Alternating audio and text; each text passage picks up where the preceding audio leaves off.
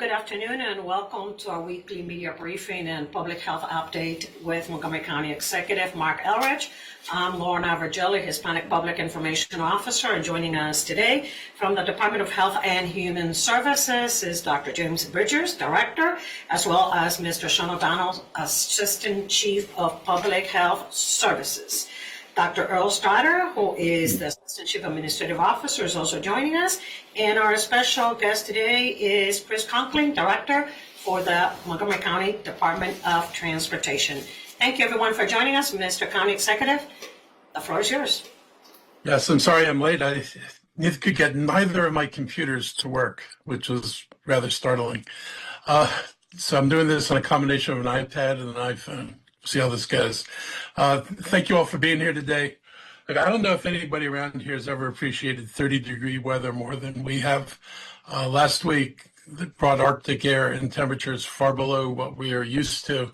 I can't remember the last time we were dealing with days where the wind chill was below zero. And I know this has made it hard in so many ways for so many people. There was something last week in the storm out of all this that was actually positive. And that's that Pepco and the other providers only had a few outages, and basically the lines held up. And I know that in the lead up to the storm, people were talking about how the sleet was going to bring down power lines and the kind of problem that was going to cause on the infrastructure. And the good news is very few power lines went down. So on top of everything else that happened, at least we did not have a major power outage.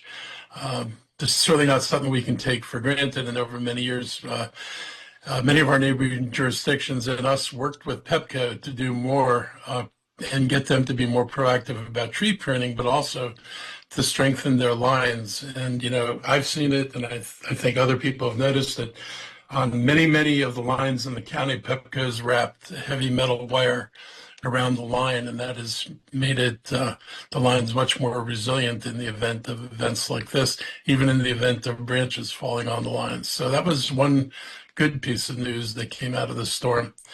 The hazard of the storm has been the amount of sleet that came down with the snow and instantly turned everything to ice. Residents and others were calling this icecrete.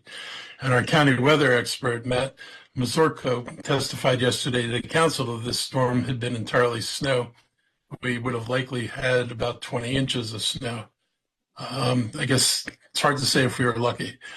But if this were just snow, even over 20 inches, our job to clearing it would have been a lot easier. We still would have had to find places to put stuff, but the snow would have been much more easily pushed. Residents could have cleared their sidewalks, even though you would have spent a lot of time shoveling. But many things would have been different than they were. And that didn't happen. Regular snow shovels didn't work with this ice. I saw people were sending me pictures of their snow shovels, and their snow shovel blades were completely bent and mangled because they were trying to chop through the ice with those, I guess they're aluminum shovels basically, and they just didn't cut it. Myself, I had to go out and take one of my garden spades that had a big steel blade on it, and I was able to break through the ice. And, you know, the sad part was that I broke through the top 3 inches of it. Everything underneath was nice, light, fluffy snow. So once I had finished chopping everything up and throwing away all the ice, I was able to shovel the rest of the snow away. But people on their sidewalks often weren't that lucky. And, you know, I know the snow shoveling on our sidewalks has really lagged behind, and it has been really hard to order people to go out there in 5-degree, 8-degree weather with zero wind chill factor and say you have to get your snow shovel by the next day. This challenges us in many ways. We've not been challenged before. We had, you know, this approach of plowing one side of the street so people could dig out and move their cars to the other side. That didn't work because when people went out to dig out, they discovered that the snow in the street against their car or in their driveway wasn't snow anymore, but it was ice. And you just could not break those ice chunks up with a regular snow shovel. I still see cars that are packed into snow, and this is probably the longest I've seen cars buried, as somebody said, in this little snow. I had somebody write me and say, I don't understand how you couldn't possibly have moved 8 inches of snow. And The problem was if this had been 8 inches of snow, it would have been moved. They would have done one pass, they would have done a second pass, and another 3 inches, and we'd be pretty much done with this. But that's not the way it happened. Ice was a very different animal. And, people said, well, what could you have done differently? And I'd say that, it's hard to say what you do differently operationally since the ice came pretty fast and pretty thick. The county would need very different equipment, more like people have in more northern cities, to deal with the snow that we don't have here. We're not we don't have a lot of front loaders that can shovel up snow, clear driveways, put it in dump trucks. We don't have enough dump trucks. We don't have the kind of fleet that you would normally have to deal with snow at this level. And I'll say every jurisdiction around us is stuck in the same place. I just noticed that, BWI airports opened yesterday. They've fixed the runways. So this has been challenging. Fairfax County kids were delayed 2 hours, just like our kids were. We've had throughout this region the same problems. Prince George's County, Fairfax, and the Virginia counties. I was talking to people in Annapolis. They were telling folks not to come down to Annapolis because the streets are completely snowed in. There's no place for people to park. Residents who got their cars out put their cars in the garage. So the streets are unparkable and the garages are full. So that's the kind of stuff that we're dealing with throughout the region. I hope that people recognize this was not the typical storm. This wasn't snow that we weren't able to move. This was the real problem with all the ice that came down. And with that, I would like to turn it over to Chris Conklin to provide you with the latest updates on our snow and ice removal processes. And Chris, thank you for being here. And also I want you to make sure you thank the folks in your department because your folks work tirelessly and are still working to get this mess out of here. And I just want you to know I appreciate the challenge you're up against. Thank you. And you were supposed to be greeted with Richard Dorsey today, who's more charming than I am, but he's still dealing with snow and ice operations, so I had to cancel today, and I'm here instead. What we're working with today is primarily clearing county-maintained sidewalks, crosswalk locations, and intersections. I've got to say this work continues to be extremely challenging. The snow and ice is softer today, which is helpful. We have warmer temperatures yesterday and today. And if you have been watching these ice mountains, they are probably a third to a half the size they were earlier in the week, just from evaporation and some melting that has occurred with the salt embedded in that ice and the warmer temperatures. Those crews are out there today on our major roads primarily, and they are contending with lots of traffic. If you've been driving around Montgomery County, you know it's been difficult. There are half lanes missing on many of the major roads. The State Highway Administration has been out each day clearing those streets to their full width, but the intersection conditions continue to be challenging. So our crews are out there today, and they have to be out there with extensive traffic management and traffic protection to keep the crews safe from errant drivers or people not paying attention or trying to get around these clearing operations in unsafe ways. So that work is slow and difficult, and I really ask everybody to continue to exercise patience and care when driving and recognize these crews are out there trying to make the situation better for you, but it will be worse while they're actually doing that work. So please take extra caution. Also, our schools have been back open for the last 2 days. We thank Montgomery County Public Schools for their efforts to get their sites cleared and to coordinate with us to get critical items addressed for them so that they can operate. But conditions are not perfect on this network. We have lots of issues with snow at school bus stops, snow on sidewalks. And please, just like with our workers, pay extra care when you're driving and you see school buses traveling with students in those areas and people waiting for or getting off school buses as they may not have a clear path to walk. That brings me to my other major point for today. It is now time, if you have not already, to clear your own sidewalk. The snow and ice is softer today than it has been for several days. We've been advised by the public schools of issues with major bus stops that are buried in snow. Moving that snow is the responsibility of the owner of the adjacent property almost all the time. If you're not moving that snow, you're creating risks for people that are walking on those sidewalks and potential risks for people accessing school buses or transit buses. The conditions are better, and you have an opportunity to get out there during the daylight hours while the conditions are warmer, the ice and snow is softer, and do the best you can to clear those places for people to wait or people to walk. I do understand that the Department of Housing and Community Affairs has begun issuing notices of violation and will be following up with citations for locations where no effort has been made to address those conditions. We are doing similar work in the locations that the county is responsible for snow removal. But as I mentioned, our focus has been on and will continue to be on intersection clearing and clearing the ramps to and from sidewalks, the median openings for sidewalks, and larger bus stops where people are struggling to get through the snow to bus stops. Much of that work has been done before today, but as we and the other agencies who maintain streets continue to move the snow out of the travel lanes, we have to revisit a lot of that work ourselves, as any property owner unfortunately is aware of when you've done some work to clear snow and ice and that snow and ice gets redeposited. You have the unfortunate experience of having to do it again, but that's what we all have to do to keep the network safe. Our network is largely open and operational. There are not, aside from increased traffic congestion because of narrower streets and need for extra care because of still some blocked pedestrian facilities, we're able to function as a community much as we normally do. So thank you, County Executive, for the thanks to our crews. They have been working now in response to this weather event for 14 straight days. They were all grateful that we did not have to move into a county-wide salting operation last night with the call off of the precipitation that we were expecting.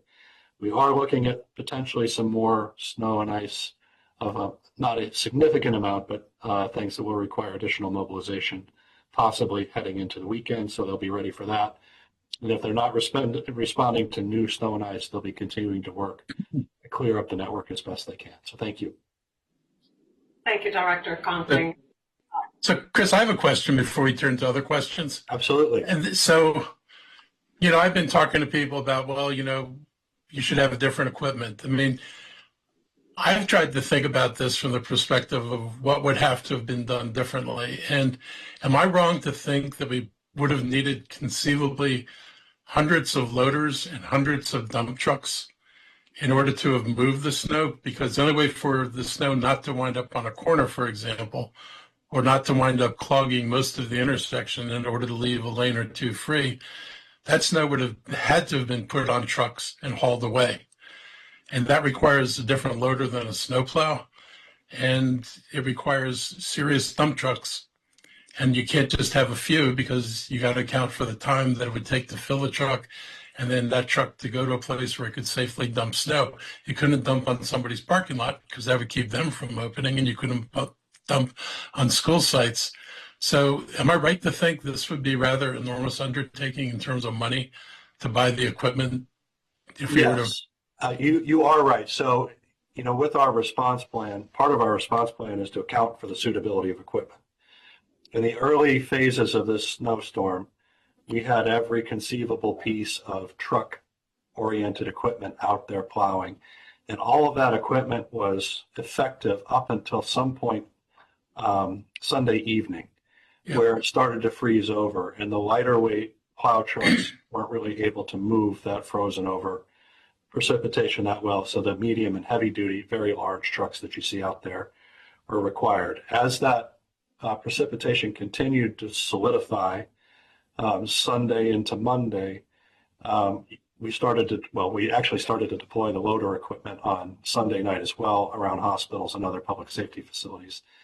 But to have moved all of that snow off the roads quickly, you would have needed, as you mentioned, an enormous fleet of hauling equipment to take it to dump sites and a very large contingent of loader equipment to move that snow into those trucks. Our largest trucks would still be able to plow it into piles, but then you'd need to pick it up and haul it. So In this region where we have storms like this every 6 to 10 years, which seems to be the frequency, we don't have the quantity of that type of equipment.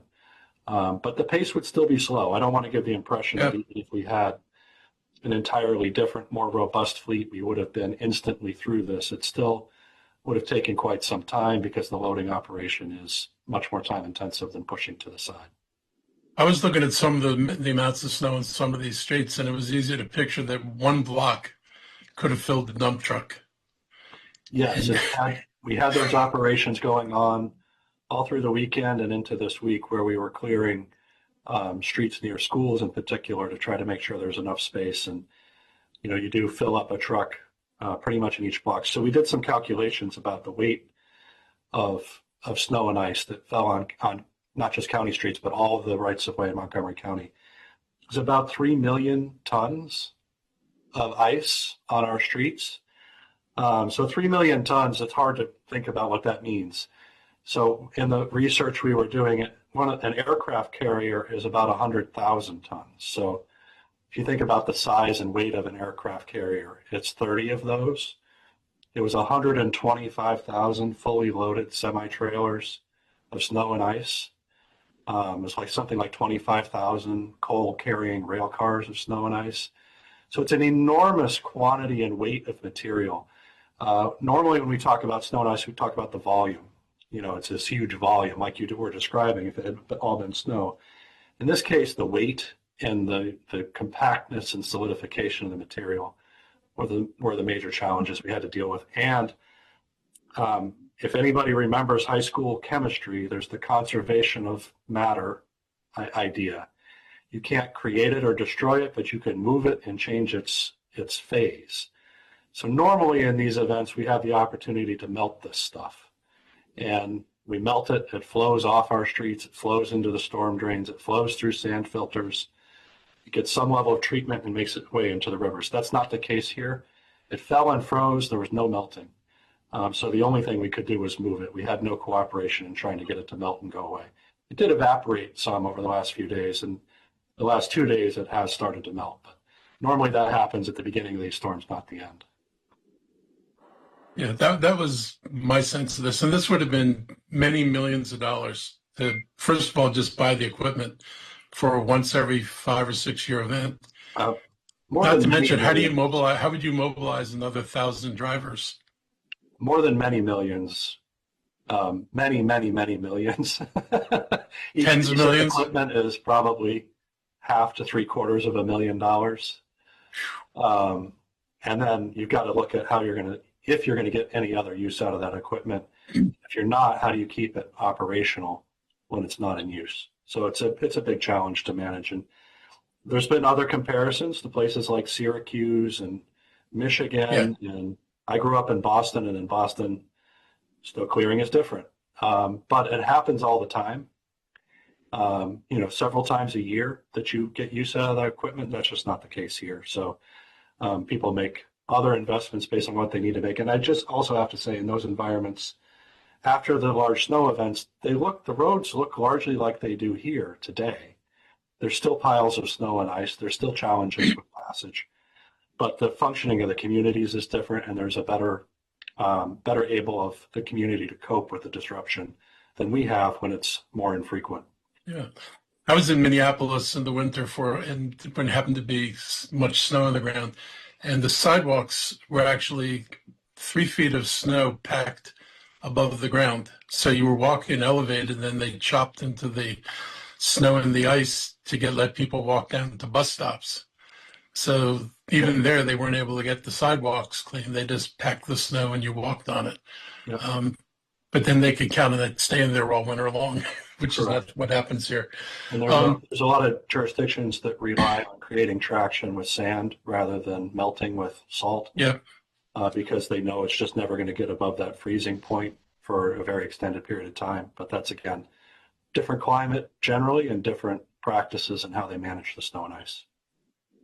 And I mean, the one, I think, fixable thing that we take away from this is what happened with the snow tracker and with 311, where 311 forwarded it correctly to the operators. but then it also closed it out, which must have created confusion, because if you looked at the list of things that needed to be done, things that people had just called in, it seems to be simultaneously forwarded to an operator to remove and simultaneously closed out as having been done. And that's a software problem that we can fix. We have more work to do to make sure we understand everything that happened, but from what we understand, those systems actually worked as they're designed. And we've got to address the way that they're designed, because the way that 311 system is designed is we're not supposed to take a service request until we've reached a certain level of completeness in the operation, because it's very likely that any service request we received, we would have addressed through the normal course of the operation. Right. However, the message that went out didn't explain that. It said the service request was closed. What it should have said is that your request was received, we're still in normal operation. If when we're done with that, you still have a problem, please submit another service request. So we've got to address that. And the other thing we have to address that you mentioned with the snow tracker is the snow tracker is an automated system. It tracks when routes are closed out as complete, but we need to reinstate in that process a review by a manager who can assess whether what the system is reporting is matching the reality the crews are telling us, and make sure that we adjust that so it doesn't say it's complete if it's not complete. And during the course of the storm, when you and I talked with this group, I think it was midweek last week, we mentioned that we took that down because it wasn't being reliable in terms of the systematic reporting matching the conditions on the ground. And we do have to do a little bit of work over the time between now and next snow season to adjust that system so that we have a little bit more validation of the automated results before we share those with the public. Excellent. Gentlemen, let's open it up for questions from members of the media. I see hands are up already. Suzanne Pollack, Montgomery Community Media, go ahead, you're first. Thank you, and thanks for all that you did, actually. I was just wondering, when I listen to you and others, it makes total sense that it was hard and the ice and everything. Why do you think so many council people are saying that you guys did a bad job or it wasn't done well? It's good politics. It's election year, you know. I challenge them to look at what we did and say, you should have done this differently, as if they would know. People mobilized. I mean, I was actually impressed. You know, I think you were at the press conference we did. They had already pre-treated the streets. They had everybody mobilized and ready to go. We didn't skimp on crews. Nobody said, let's not have so many crews out here. Let's not mobilize the private companies. We mobilized every resource we had and could get our hands on to do this. And when the ice came, it changed the whole nature of this. And for people on the council not to recognize that the ice, you know, fundamentally changed the nature of the storm, and not to look around them and at least say, wait, before we say you guys did something wrong, how come everybody else is closed? How come everybody else's streets look like our streets? That might have given them a perspective on how dramatically this was different than anything else. But apparently the people who talked like that weren't interested in actually some objective assessment of what we were dealing with. I stand by the work our crews did, and I stand by the mobilization that the team did. They did not treat this half-assed. They treated it as a serious problem, and they put the resources in play. The snow changed to ice, and that was paralyzing. And I'm sorry that it's true, and I wish I had a magical solution. Trust me, I was thinking about, can we find flamethrowers and go out and melt the ice with flamethrowers? It was like, what could we possibly do to deal with this? The tools we have are seriously limited, and I doubt if even in another jurisdiction that had equipment, you might have just wound up with accepting the snow on the ground and dealing with it because it's something that lasts for a long time there. They don't try to get down to bare pavement in Minneapolis or the bare sidewalks every time they get a snowstorm because they would never stop dealing with it. So I think our folks did a good job. I think you saw a lot of political acting. Thank you. Thank you. I just want to say one thing, Mr. Conklin. I happen to live near Holy Cross Hospital, and as much as we dug out every single time we were The plows came by, they dug us back in. But your driver was nice enough at one point, got out of his truck, walked up to us and apologized and said, this is the only way they can do it. And I hope you understand. And we really appreciated that, even though we still had to dig out again. Oh, I absolutely appreciate the incredible frustration with that situation. And I do wish there was something we could do to avoid it. But as the driver told you, the snow has to go somewhere and it goes to the right. And the other thing I just mentioned is I read and received, I'm not going to respond to, I promise you, but I read and received thousands of individual residents' anxiety-filled emails about not being able to get out of their house. And that anxiety is real, and I don't want to minimize it, but it doesn't change, as the county executive said, what we're able to do to respond. And trust me, this organization did everything it could to get every resident freed from their home as quickly as possible.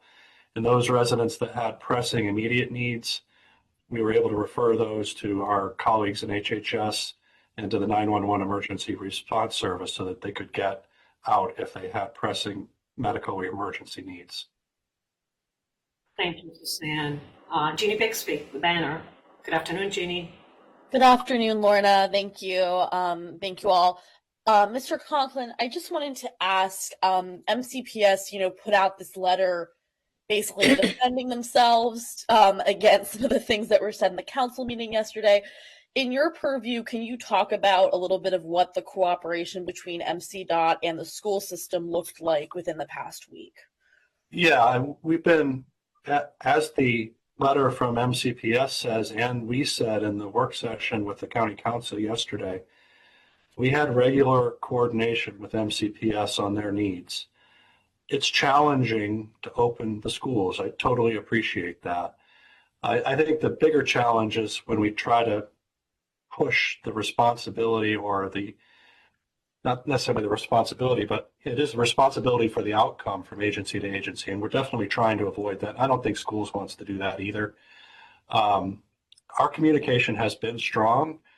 We could have a better understanding of those critical needs earlier so that we can try to avoid further delays and disruptions to schools.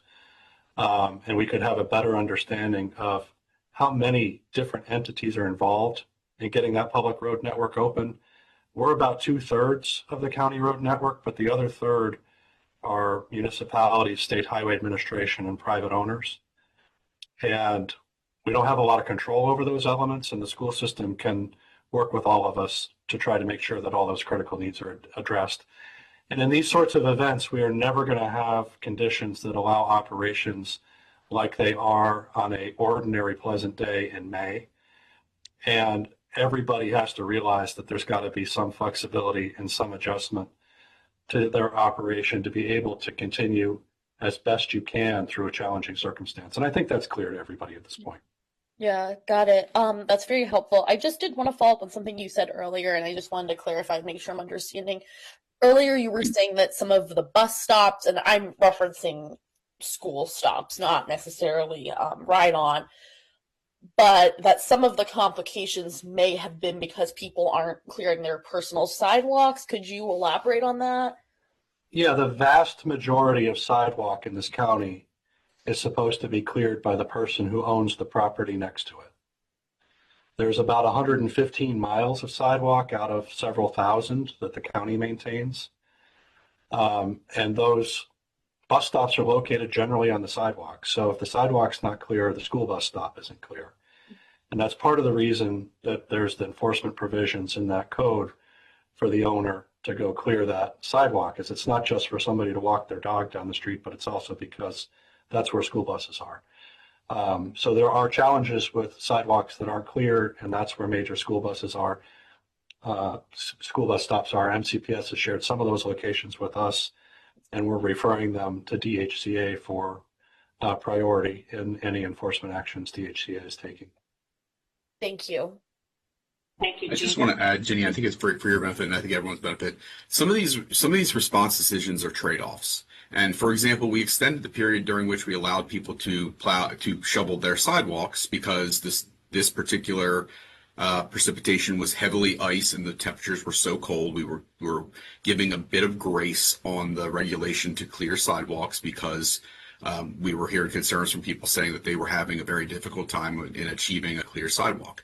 And we understood that. But obviously in doing so, that presents a challenge for MCPS's walkers in their safe routes to school to get back open and operating. And so these are difficult choices that we often have to make, and they have implications. There's no perfect solutions to some of these problems where, when we're pushing snow out of a street, we're pushing it inherently onto a sidewalk or onto a potentially a bus stop. And I think we have to balance out getting roadways passable without going too far to go curb to curb and put more snow up on the banks. And these are difficult challenges both for sidewalks and driveways and all the things that we've heard about. And so I think we have an impending conversation with the school system. That it's a normal meeting we have with them, and I think obviously at that we'll be talking about this situation and sort of expectations moving forward, because I think obviously anyone who's been a parent in Montgomery County has recognized that the school system's expectations around weather have evolved over the last 20 years, and there are events that they would have opened for 20 years ago that they're no longer opening for. And obviously, obviously that's certainly their decision, but at the same time, and I understand why they make decisions. I'm a parent, I have a high schooler and a middle schooler, so I certainly understand and support their want to have things be safe. But I think, as Director Conklin alluded to, sometimes these are there are implications for expectations that shift if those expectations are not, well communicated in advance of them shifting. I think that's where we need to get on the same page with MCPS is around the expectations of their what they have for our streets, and particularly the sidewalks around schools with regard to when they're going to operate or not. Thank you. Thank you. I just want to just add to that. I mean, I think we have a responsibility, even in telling people they need to shovel their walks, to be a little bit sensitive to the health issues. When the temperatures were in single digits and people were dealing with wind chill factors that can cause frostbite in a very short period of time, ordering everybody out to do their sidewalks could have resulted in some really challenging health situations for people. We don't separate who has to clear their sidewalk. And if we had been truly hardcore about this from day one, I worry about what could have happened to individuals who would have gone out there, discovered that what they usually did in 15 minutes or 20 minutes was taking them hours, and they're doing this in temperatures that are just absolutely unbearable. I think we have a responsibility a little bit to think about, what are we really asking people to do, and do we really want to endanger people's health in a situation like that? So I was, kind of constantly aware of, do I order people to do this and then wind up with people who aren't able to cope with the temperature and the prolonged period of shoveling? I just think it's something we got to think about, because, I get the challenge of kids walking to school, but I picture some folks that I can think of out there trying to shovel, and I would worry about their health. Thank you, Jeannie. You done with your questions? I'm good. Thank you so much. Thank you. I guess it's Tom Rusi, ABC7. Hi, Tom. Good afternoon. Good afternoon. Thanks for doing this. My question for whoever wants to take it is, can anyone give a time frame for when things will be at least reasonably normal? I mean, I know there's been a lot of improvement over the last couple of days, but as far as, there's still a lot of, say, turn lanes missing. There's still a lot, as you mentioned, sidewalks, crosswalks, not back to normal. How long will it take to kind of fully recover and move around normally in the county? I can take a stab because we've talked about that a lot. We are unable to give a firm answer for that because it depends on what happens from here in terms of weather.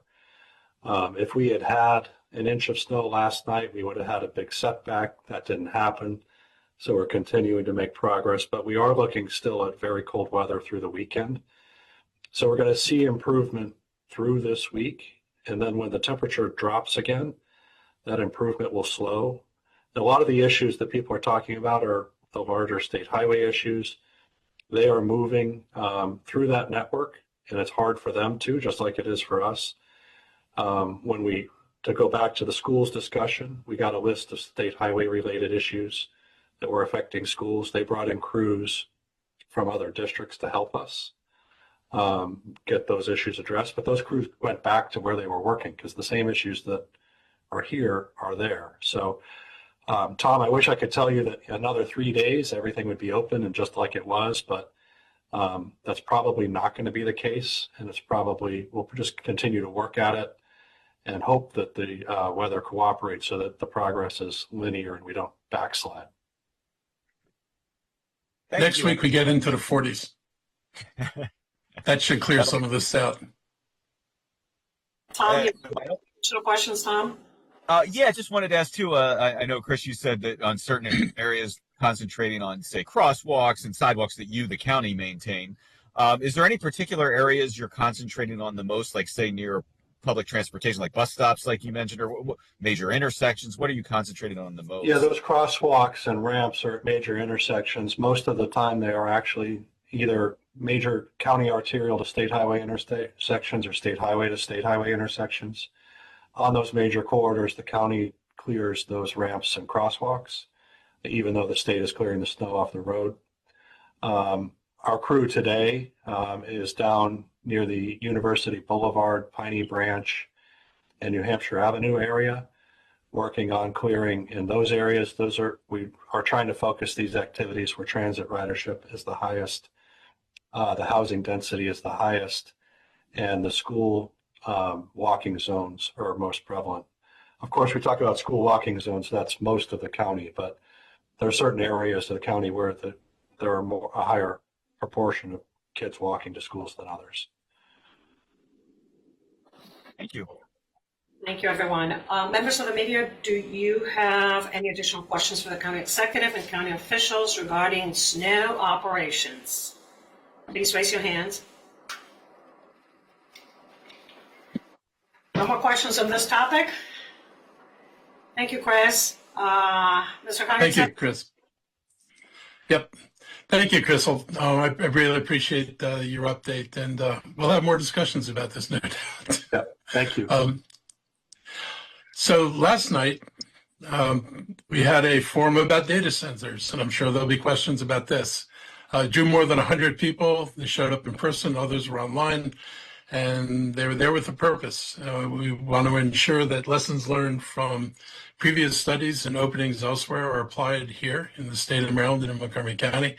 And so my team and I have developed a list of recommendations that we were able to share with the public to gather feedback and share with the county council as it develops legislation. So there's a proposal for legislation which we know needs to go forward.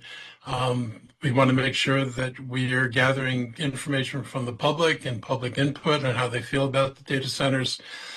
There's really clear, I think one of the clearest messages I got out of that is something I fully agree with, is there's no way in hell that the public should pay for the electricity that is needed by the data centers. The construction of those power plants and production of and the construction of lines sufficient to carry that electricity needs to be borne wholly and completely by the data centers.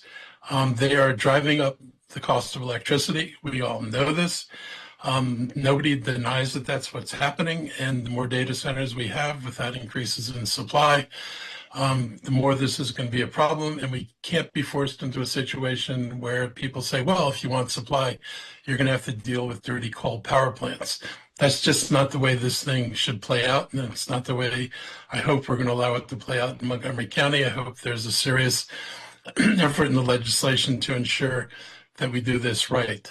Data centers, I actually believe, can be done right. I believe it's possible to deal with emissions. It's possible to deal with water.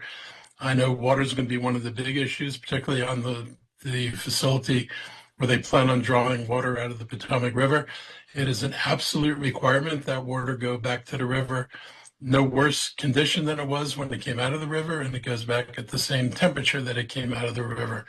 That to me is like a no-brainer that we can require as we go down this road.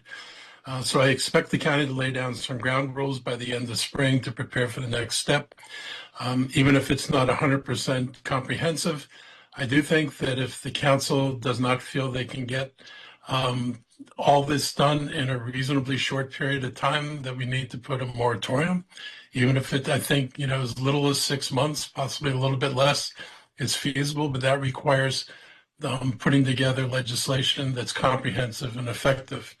I don't want to see legislation that is done really quickly with a few things that are easy to agree on and that leave, larger issues untouched. So if the council can work on that while we're in the process of doing a budget, that would be good. And I think it's worth the effort to get this right. I think, in fact, it actually has to be gotten right.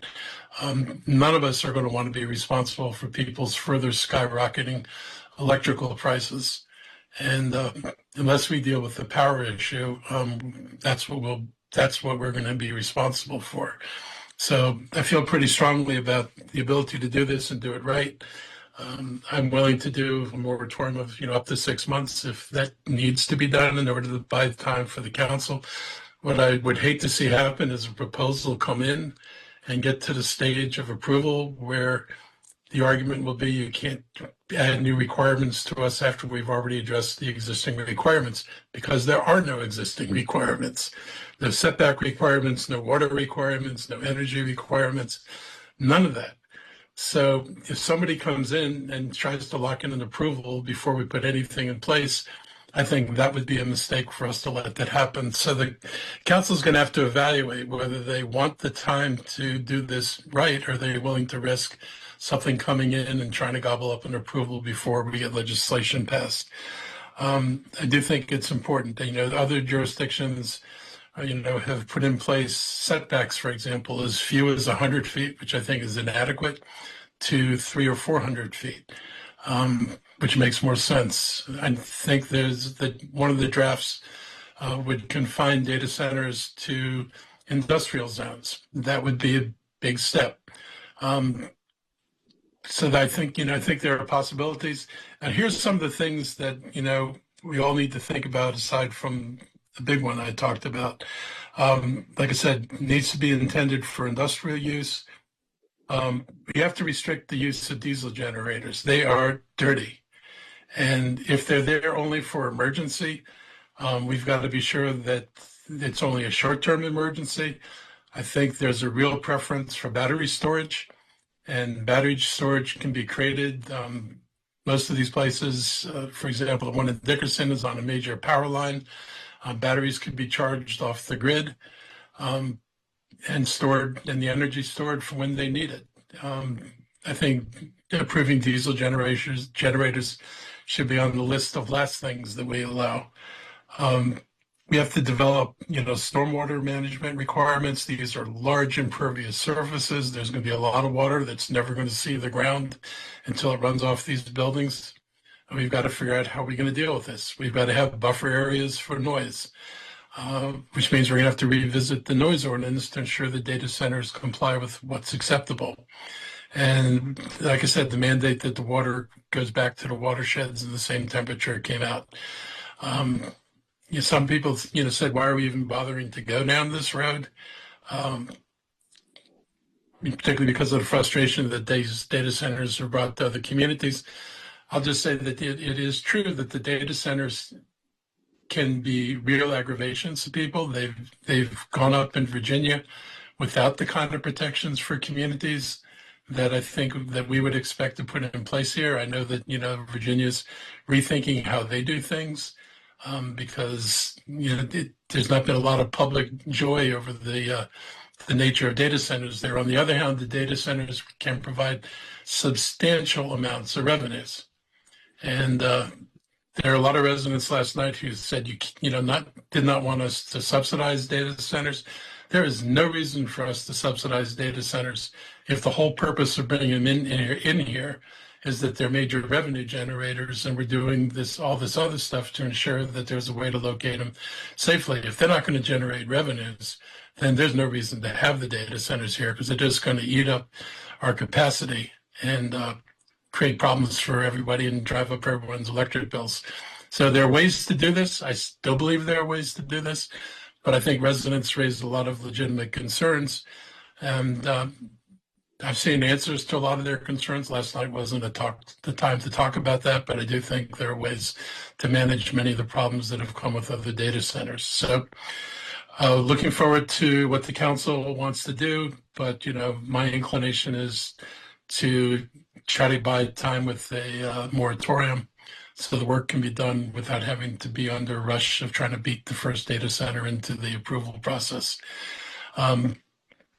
Other news, I was really disappointed by Tuesday's decision by the majority of the county council not to adopt my recommendation and create a higher debt limit ceiling for capital expenditures in the near future. I will continue to argue for restoring the purchasing power that the county lost following the 2009 recession. I'll say this again, what we're doing makes no sense on capital projects. In 2009, we were bonding $300 million a year. And most of what we were bonding for in the school system was new construction to address capacity. Today, under the council's proposal, we would be bonding $300 million a year, the same as we were doing in 2009. There is no way that school repairs and school construction match the prices of 2009. We will probably do half the work for the same amount of money. And the amount of work that needs to be done in the schools is serious. And before people point fingers at the schools and say, how did you let this happen? They let it happen because they could look at the county budgets and see pretty clearly that if they asked for school capacity projects, there wasn't anything left in our bonding limits to do a substantial amount of repairs and renovations, which they needed. So they deferred the renovations and focused on expansion of capacity. Fortunately, depending on how you look at it, because of declining enrollment, we've got the luxury now of not having to deal as much with capacity, and we can focus on repairs. But the repair backlog is north of $2 billion. Even the school superintendent acknowledged this is not something that's going to be fixed in 1 year or 6 years. My budget made no effort to solve the problem in 6 years because it would not be possible for us to do that. But we need to do something about our ability to bond. Even when I was on the council 14 years ago, 10 years ago, we were bonding at $340 million a year. It got dropped to 280. We've been staying at 280 until this year, where they're going up to 300. Is absolutely inadequate for the problem that we're facing. I appreciate the fact that the school system's finally being honest about its needs. It may not be convenient for us, but it's at least honest. And the best way to support the improvements is to put this money into the budget. I'll point out, I was listening to Jessica Fitzwater, who's the county executive in Frederick County, and she talked about how a couple of years ago, in the face of serious needs from their school system, she raised the tax rate 5 cents in order to address the capital needs of the schools there. That's what it looks like when you're taking this problem seriously and putting the money where it's needed. For people who say, we've got to live within our means, and if we raise our taxes at all, then we won't be competitive. I'm going to run through these numbers one more time. Frederick County's property tax rate is $1.11. Howard County's property tax rate's either $1.33 or $1.34. Prince George's County, $1.37. Fairfax County, $1.15 for residents, $1.28 for commercial property everywhere.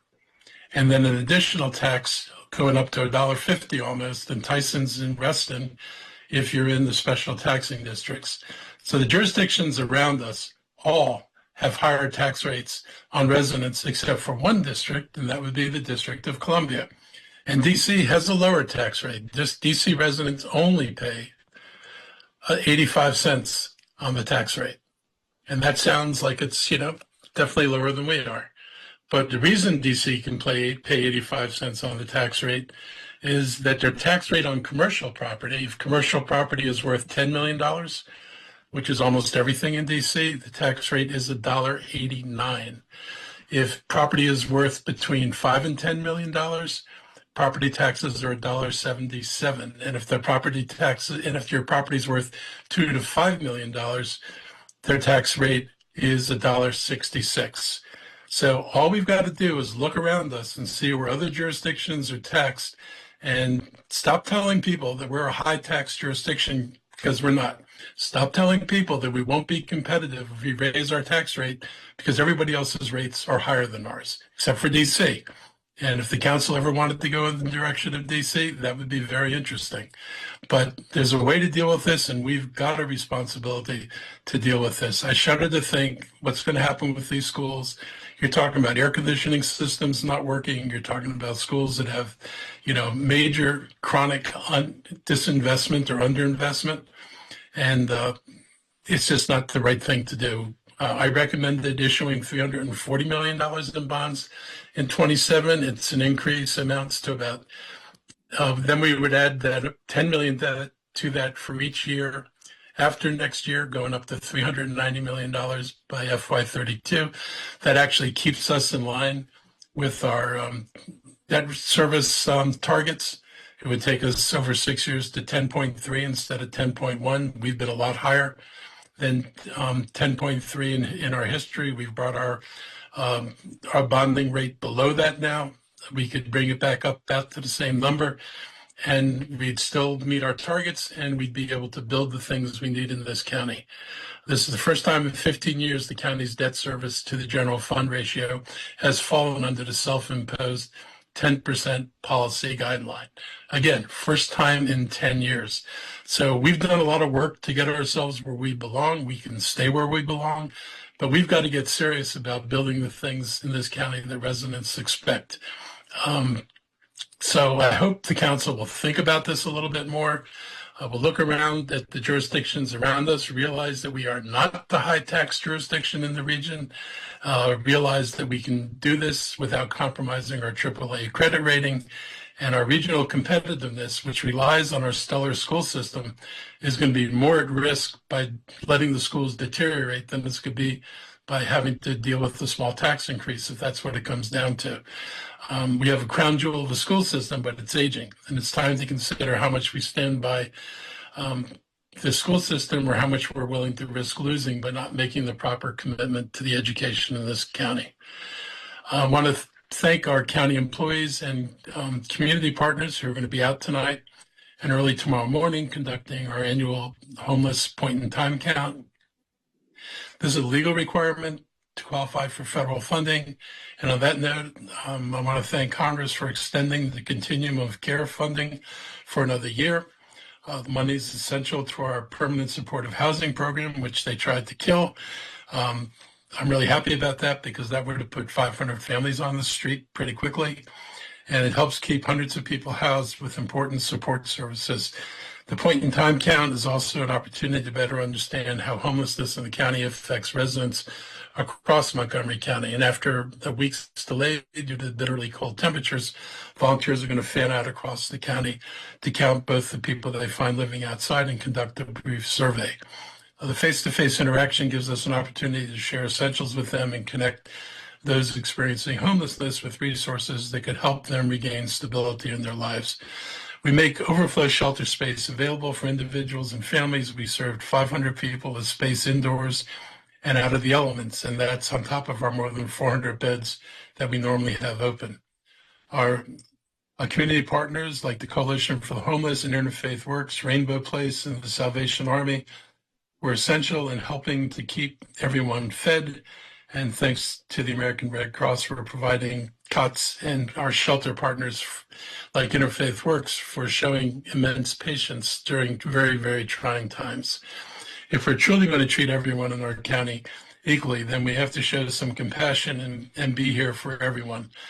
Some people criticize this approach, but in Montgomery County, everyone is treated with respect. The government will continue to help individuals and families made homeless and make that homeless experience a one-time and as brief an occurrence as possible through the strong social support network that we have here. This work is really important. I think I mentioned this before when I was in Los Angeles recently. It is really disturbing to see what happens when homelessness is not treated, but homelessness is just allowed on the streets and people just live their misery out in the public. And it is hard to deal with, hard to cope with sometimes. And one of the things about the work we do and the shelters we create and the spaces we create is we prevent a lot of this, not all of it, but a lot of it from spilling over into the community. And I'm just grateful to nonprofit partners who work with us. The county couldn't do it by itself, but everybody doing this together, I think, makes a difference in this county. And we're going to continue doing that work. And with that, I'll turn it over to my team for any other comments, updates they have, and then we'll go to your questions. Thank you, Mr. County Executive, for those numbers and information. I also like to echo those sentiments. It took our entire community and our partner agencies with the Department of Health and Human Services to get 42 individuals in a humanitarian effort out of the cold, extreme weathers, to where it was safe in a warm space. Many of these individuals had co-occurring disorders, mental health challenges, chronic medical challenges as well, concerns, and they refused shelter. But we were able to transport folks out of the cold and into a warming center over 10 days. And so that was a significant accomplishment to keep 42 people safe and out of harm's way. So I just wanted to repeat that because that is a highlight that I think all should recognize. I'll stop there and I'll turn it over to Sean O'Donnell for any public health updates that he has this afternoon. Thank you, sir. On that topic, just want to remind folks that if you have neighbors, friends, family members who live alone, we still are in the midst of this cold spell. It still can be dangerous. Please check in on them. Things that we suggest doing, making sure that they have their heat is working. They've got their temperature, their thermostat set above 55. I know the power bills are very expensive right now, but now is not the time to turn that thermostat down below 55. That's very dangerous. We do see from cold-related deaths that our residents who are 65 and older are about twice as likely to be in that number. So we do suggest you check in on them. They're more likely to have difficulty with doors that could be jammed or frozen shut, falls and other things that can put them at risk when they go outside. So just a reminder for that. With relation to those respiratory diseases that we monitor and we share with you all, the good news is our hospital visits, our inpatients for the three major ones, COVID, flu, and RSV, are all receding at this point. There's still RSV going on out there. There's still some COVID going on out there, but those numbers are coming down, and that's good news. Just a reminder to folks that if you have health insurance, you've already paid for those flu shots, those COVID shots. You've already paid for it. Make sure you go and get them from one of the places that honors your insurance. And that's all we have for you today. Thank you, gentlemen. Members of the media, we're going to open it up for general questions now. I see Jack Hogan has the hand up and the camera on, the banner. Good afternoon, Jack. Good afternoon. Question for the county executive on the data center moratorium. Yeah. What exactly would this mean? Like, what specifically would be paused? The sole purpose is to not approve anything during the time that people are drawing up guidelines. You don't want to be in a position where somebody goes through a process here, right? Goes all the way through, gets all the approvals, and then somebody says, "Oh, you can't do this because we just changed the regulations." There's nothing that says don't ever come here again. Than putting somebody through a process and then saying we just changed everything. I agree with that we need to change things. So we just thought to pause it so that, nobody comes in and then discovers that we've changed things and gets upset. This way they get to participate in the process. We'll hear what their concerns are, but I think it's important to make sure we don't wind up with things approved that we don't want approved because they're not under conditions that we think are important to have. Unless the council thinks they can get it done really, really quickly and comprehensively and with community input, I think it's going to be very hard to get that done in a month or two, particularly when they're trying to do the budget. 6 months would be plenty of time to get this done, maybe 4. And would this be like an executive order? And No, I can't do an executive order. I mean, anything I did, I'd have to send over proposed legislation. The council would have to pass it. I know there's some people apparently don't want to do a moratorium. So I want to hear how they're going to deal with making sure this, if they don't do a moratorium, then nothing happens that we can't undo if we need to undo it. Our residents will be really angry with us if things get approved that we otherwise would have legislated over, but didn't because we didn't take the time to do it. So I just try to guarantee we get it done right. It's still it's the council bill that'll come out. So I'm not trying to, we'll participate like they will in shaping it. But the big thing is just not get ourselves in a problem we don't want to be in. I've got a few more, but I'll let Jaylee go. Thank you. Hi, my question is also for the county executive, but this is about the bond limiting. Yeah. You mentioned County Executive Fitzwater in Frederick County and her dedicated tax for school construction. Would you consider something like that now that you know that the bond limits are not going to be what you had hoped? Yeah. I mean, it's, what she did up there, it's dedicated. We have the ability to dedicate funding for schools and we could fund it for construction. We know that their ask, it was a multi-year ask. And I didn't even go as far as the school system wanted me to go. I couldn't get to $960 million over the next 6 years. So our numbers, is a lower number. I'd be willing to lock that in as a minimum number. And at least people know the money's going to the schools and only to the schools, for that portion of the money, and it's not used for other things. But, even if we do that, we still have the issue of totally being unable to finance any transportation in this county, which is why, we've been pushing, at least for my administration, to have the authority to have special taxing districts on commercial property so we can do what Virginia does. They don't finance this stuff on the backs of their residents. They finance it on development. And so if this is the place everybody envies, we ought to start looking at what they do in the place that we envy and try to emulate it rather than pretend like it's not there. Thank you. Members of the media. Oh, I see Judy Hurst has her hand up. The Greater Only News. Good afternoon, Judy. Thank you. I want to go back to data centers for just a moment. Mr. County Executive, what would the logic be in moving swiftly for these data centers? What would be the problem with waiting 6 months to get everything in place? I don't know. I think,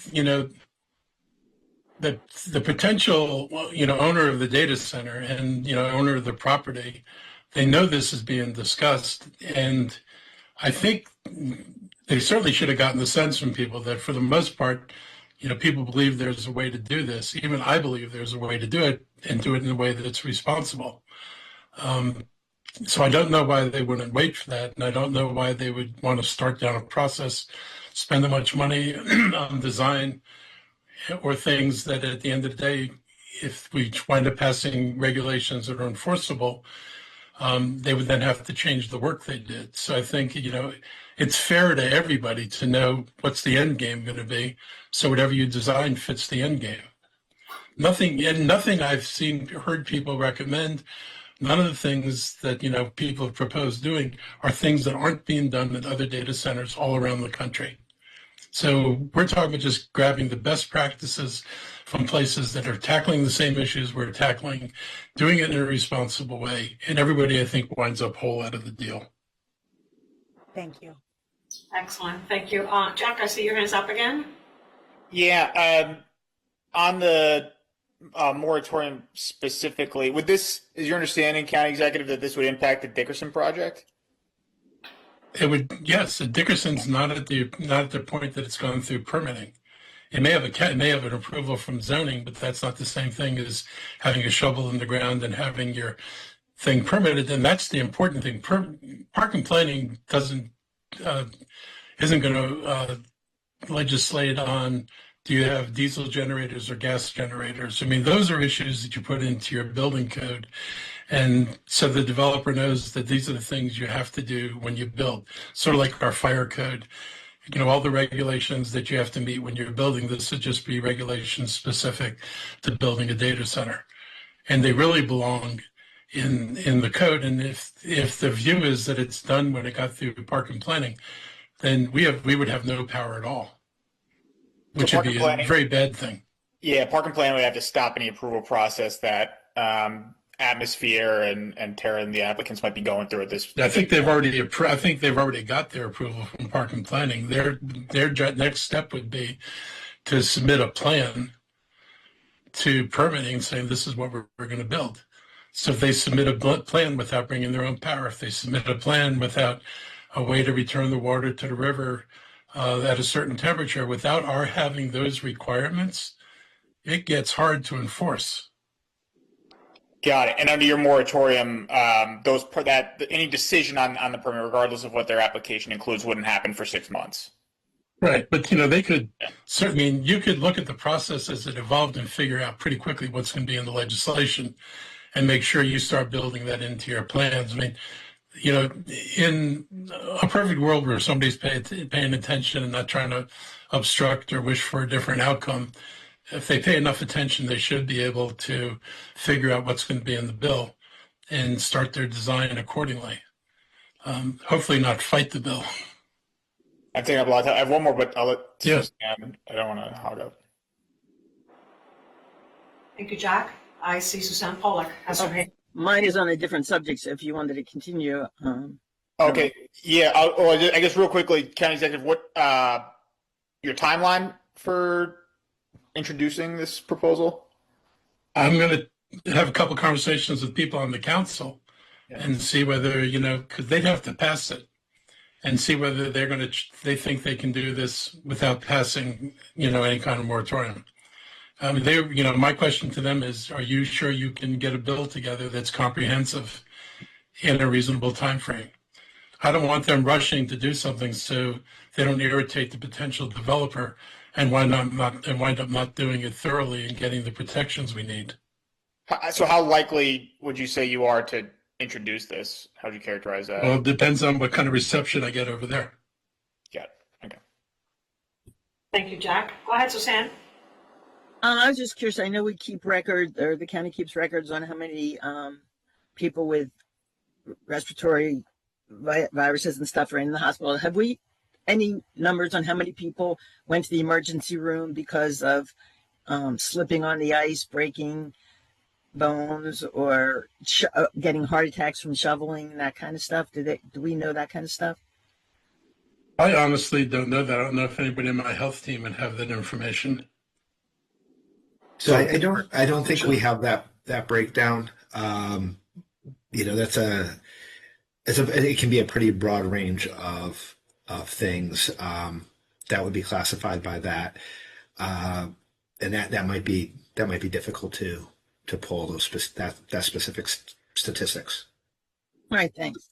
Suzanne, the only thing I would add is that if it's an individual or a number fewer than 10, we may not be able to disclose that due to protected health information, which would identify individuals. But if it was a greater risk or a community level risk, then that's when Sean and our public health team would get additional information. Got it. All right, excellent. Members of the media, any additional questions this afternoon for the county executive and county officials? No more questions? Well, thanks everyone for joining us this afternoon. Stay safe, and we'll see you next time. Have a great afternoon.